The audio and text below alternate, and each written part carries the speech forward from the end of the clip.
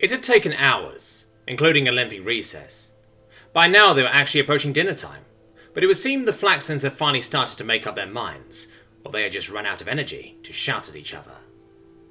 Saf and the others had spent their time discussing what might be going on back at the keep, what kind of demands they would have for the Flaxens, and how exactly Victoria was supposed to be repaid for all this. They insulted both my family and the Royal Guard. We won't seek compensation beyond what we will wring out of the Flaxens. Don't forget, you have already provided us with a very valuable piece of kit, Victoria replied, glancing at Sapphire, or more likely, the bow on her back. Well, you are certainly always going to be a welcome sight at the keep going forward, Dakota replied lightheartedly. Sapphire knew her well enough to know Dakota was worried sick right now about what was going on at home. I might take you up on that at some point. I need to know how Jarrus is doing after all, Victoria replied in a friendly tone. Sapphire tried not to look upset by the mention of that. They are perfectly fine. They probably just got beat up a bit. Besides, our work is not quite done. There is still the trial, even if it's likely going to get easier now. It still has to be taken care of. Then there is Ray, of course. What do you mean? Balathon questioned. I mean, the warehouse is a bit problematic, sure, but she doesn't seem like a troublemaker to me. No, she's a witness. That makes her a target. Sir Viantius, the Hashor family lawyer, replied, having arrived not too long ago to help with whatever settlement the Flaxens were planning. She is going to testify at Lady Flaxen's trial. They might try to prevent that, or the lady herself might at least, though her right to private conversations is definitely going to be revoked following this. Oh no, the cautious voice of Ray went from behind them. Sapphire swung her head around in surprise to look at her, not having heard her coming on the soft carpet. I can just hide again. They won't find me, I promise, she stammered out in reply. Sapphire let out a pained sigh, looking at the crippled woman. No, you won't. We're going to keep you safe. No need to worry about it, Dakota was quick to reply. Didn't Tiguan talk about wanting to let us stay at his stable? I mean, if it's just for a bit, Balathon added. We could just get her dressed up a bit and put her things down as evidence. You want to stay with Tiguan for a while? Victoria questioned, looking at Ray, who once again looked like a deer staring down its doom. I would just remove the Flaxen's ability to hurt her, Lady Hashor interrupted before Ray got the chance to respond, from her position leaned back in the comfy chair that had been dragged over. Could we get away with just locking them all up in here? And confiscating their weapons too, of course. I'm sure they have something I want, she questioned, looking to the lawyer, who had a rather pained expression right now. No, ma'am, that's not going to be possible unless they agree to it, nor do we know if the lady has further confidants outside of the family itself. Very well, hide her with the dragon then. It's not like he's going to go spine today anyway. Sure. He seems nice. And you will hardly find a safer place to be. I say we do that then, Victoria added, looking to Ray and talking in a softer tone.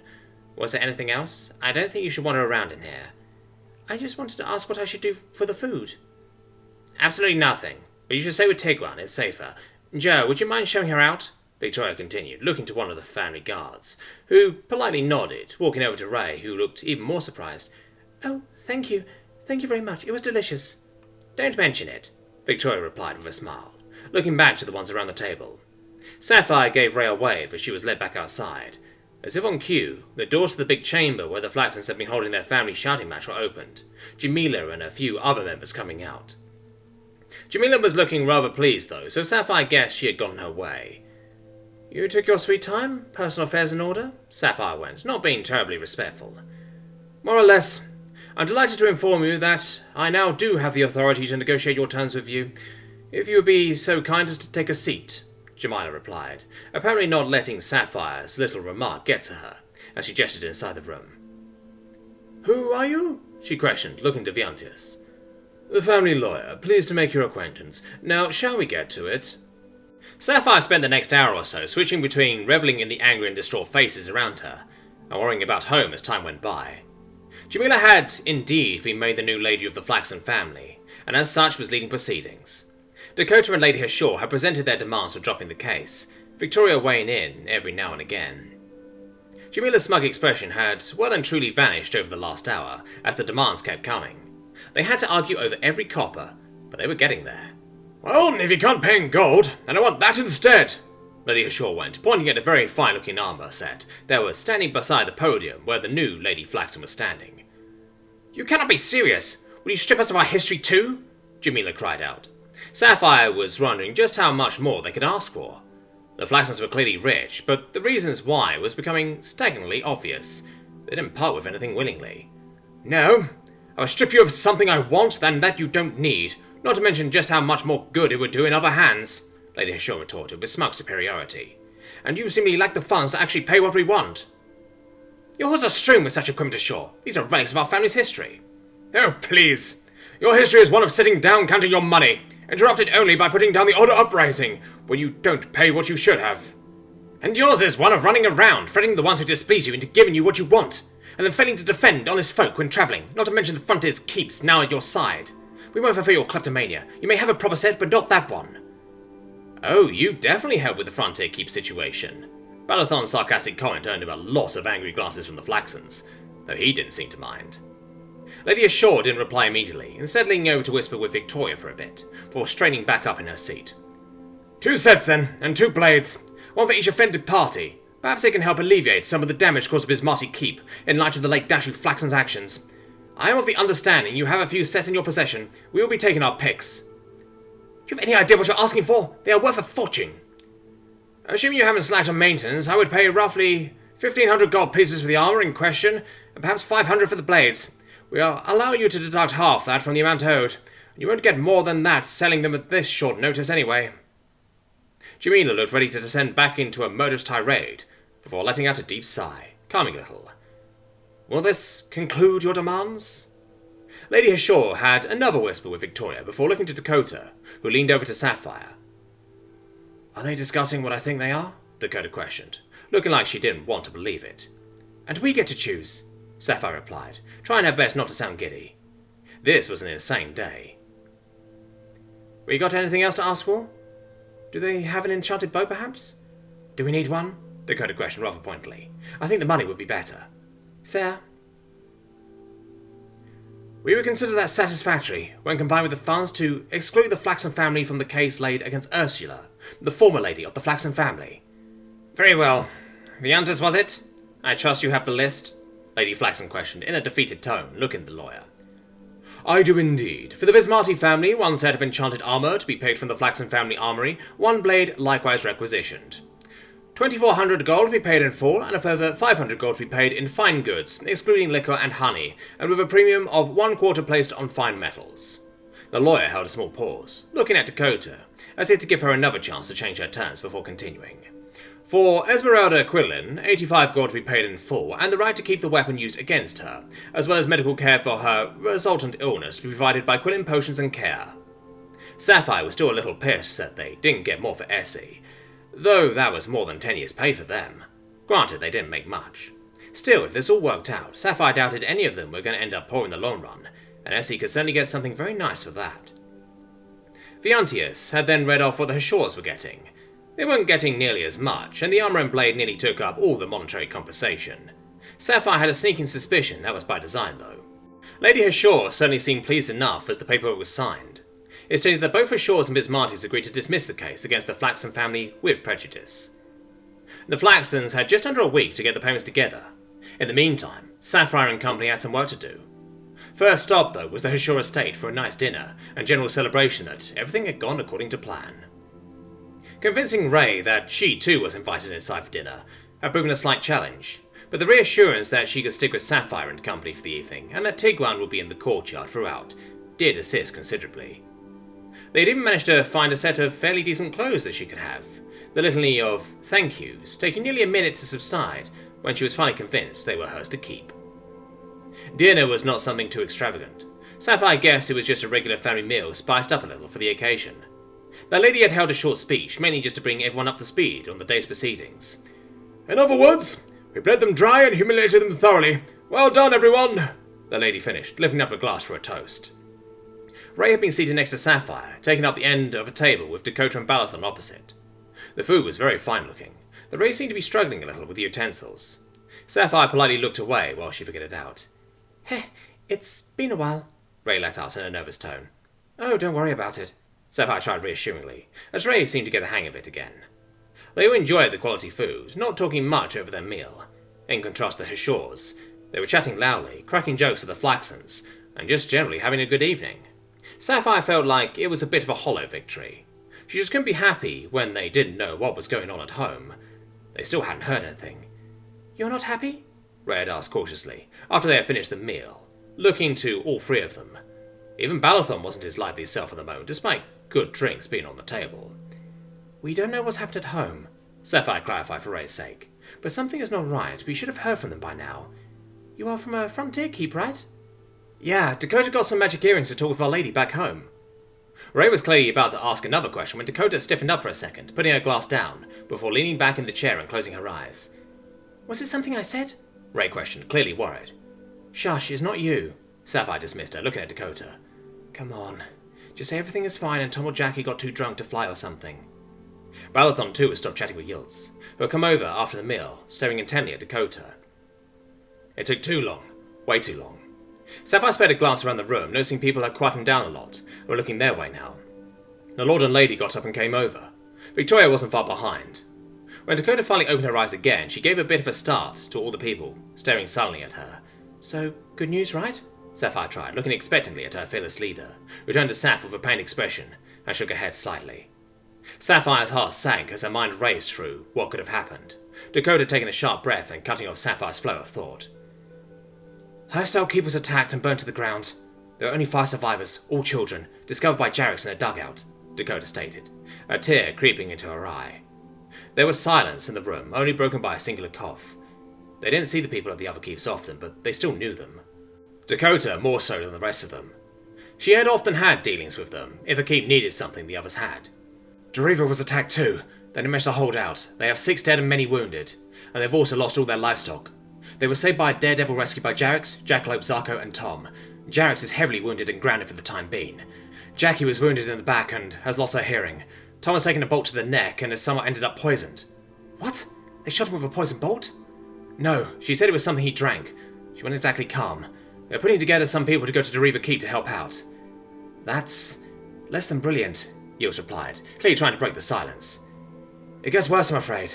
Prior to the attack on Highstar, the unicorn Kalesine was lured into an ambush and grievously wounded. Though she managed to escape with her life, the enemy managed to break off and steal her horn." That resulted in several horrified gasps from the crowd, as people turned to discuss the consequences of that. Sapphire had no idea what you could do with a unicorn's horn, but it couldn't be good. "The horn was recovered during the Battle of Deriva, and is currently in Jarrex's care," Dakota continued, eliciting some relieved sighs and outbursts from the crowd.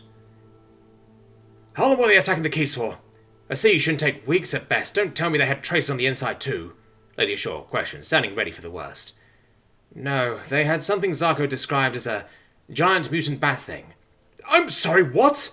Lady Shaw questioned in reply, looking at Dakota in disbelief. "Look, I don't know, okay? She was hardly covered at the moment. Apparently it was only slightly smaller than Jarrex, and they had 3 of them." "I'm assuming Darklings were involved then," Victoria questioned. "Do we know how many?" "What about the bodies? Were the bodies gone from Highstall?" Yilts added to the growing pool of questions. "Oh, yeah. They were Darklings all right. They stated 75 bodies have been recovered from the battlefield, the inhabitants of Highstall among them." "Holy shit," Sapphire let out as the room fell silent, people looking worriedly back at Dakota, waiting for her to continue.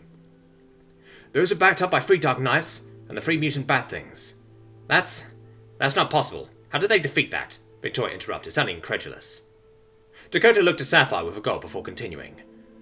"Tom alone was credited with over 30 Darklings, possibly as much as 40, 1 Dark Knight, and assisting Jarrex in killing one of the mutant bats. Jarrex managed to down the remaining 2 bat mutants on his own. Tom and Jackalope scored a further 2 Dark Knights, and at least a dozen Darklings leading a counter-assault on the keep alone." "What the fuck is that guy?" Yilts questioned as the room fell silent again. "But they are okay, right? Just a little beat up," Ray tried, sounding cautiously optimistic. "I have no idea. Jackie for some reason chased down Zarko as she was heading back to Bismarcky Keep, I think to tell her about Tom's poisoning. Zarko then rushed to the keep, meaning we don't know how Tom's doing or where Jackie is." "Why wouldn't they just tell Zarko before she left?" Balathon protested, letting some of the frustration out with it. "It gets worse," Dakota stated once again, gaining the full attention of everyone. "They found a dagger of very similar design to the one Volson brought to our keep. There was not anything else that could have turned the people of Highstall, unless the bad things were capable of it." Sapphire leaned back in her chair with a 1,000-yard stare off into the distance, as the shock slowly lifted from the room, being replaced with shouting, arguing, and people running around. Ray had given Sapphire a pat on the shoulder, as she sat there staring, clearly trying to repay the favour. "What the fuck do we do?" Sapphire questioned no one in particular, shaking her head slowly. "You go and report it, that's what you do," Victoria interjected, turning away from her lady after a brief discussion. They had followed Victoria to some sort of office where a scribe wrote down as much as possible from Dakota's short chat with Nanook.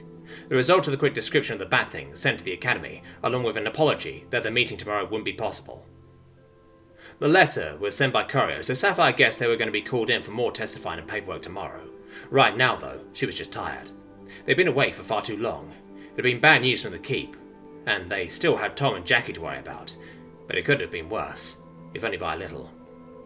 They rejoined the dining hall afterward, the Lord bringing out several bottles of his wine to toast the fallen.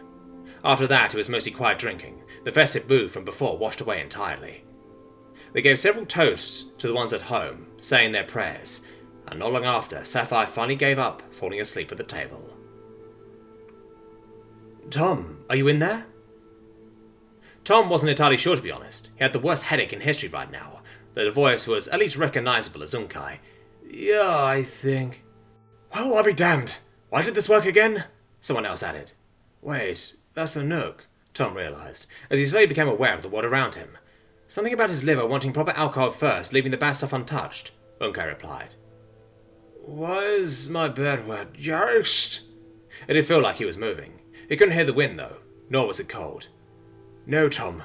You're drunk as an escort on leave. We let you sober up enough to wake up, but, well, you've been under for a while," the Nook replied.